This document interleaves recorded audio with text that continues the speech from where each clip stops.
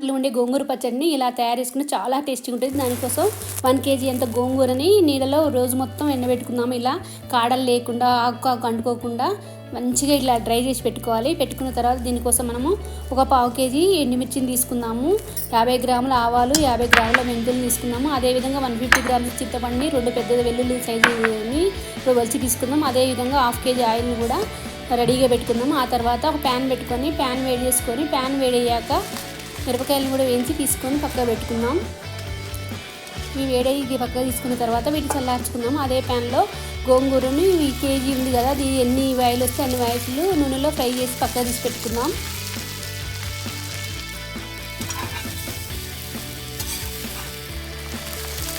ఇలా ఇదంతా వేయించి పక్కకు పెట్టుకున్న తర్వాత ఇది చల్లార్చుకున్నాము.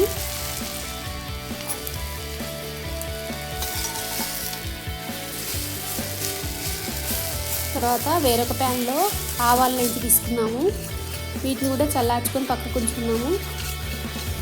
అదేవిధంగా మెంతులు కూడా వేయించి చల్లార్చుకొని ఈ రెండింటిని మిక్సీ చేసి తీసుకున్నాము. ఇలా ఈ పౌడర్ని పక్కకు పెట్టుకున్నాము.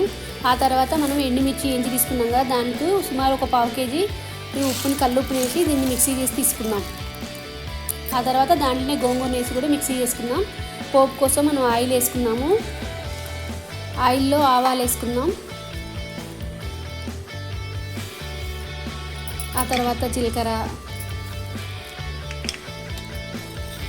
కొంచెం శనగపప్పు, కొన్ని ఎండుమిర్చి, పసుపు కొంచెం ఫ్రై అయిన తర్వాత మనం ముందుగా తీసుకున్న వెల్లుల్లి కూడా వేసి కలుపుకుందాం.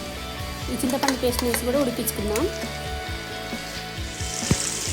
చింతపండు అయితే అస్సలు తడి లేకుండా పులిహోర పేరు కన్నా కూడా ఇంకా డ్రైగా ఇట్లా పేస్ట్ లాగా తయారు కావాలి. అలా పచ్చివాసన పోయే వరకు కూడా మనం ఫ్రై చేసి పెట్టుకున్నాము.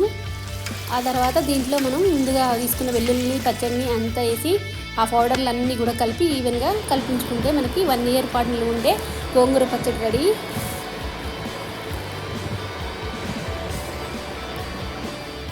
ఇది హాస్టల్లో పిల్లలకి కానీ మనం కూడా బాగా ఎక్కువగా మంచిగా ఫ్రెష్ దొరికినప్పుడు తీసుకొచ్చి పెట్టుకుంటే చాలా టేస్టీగా ఉంటుంది.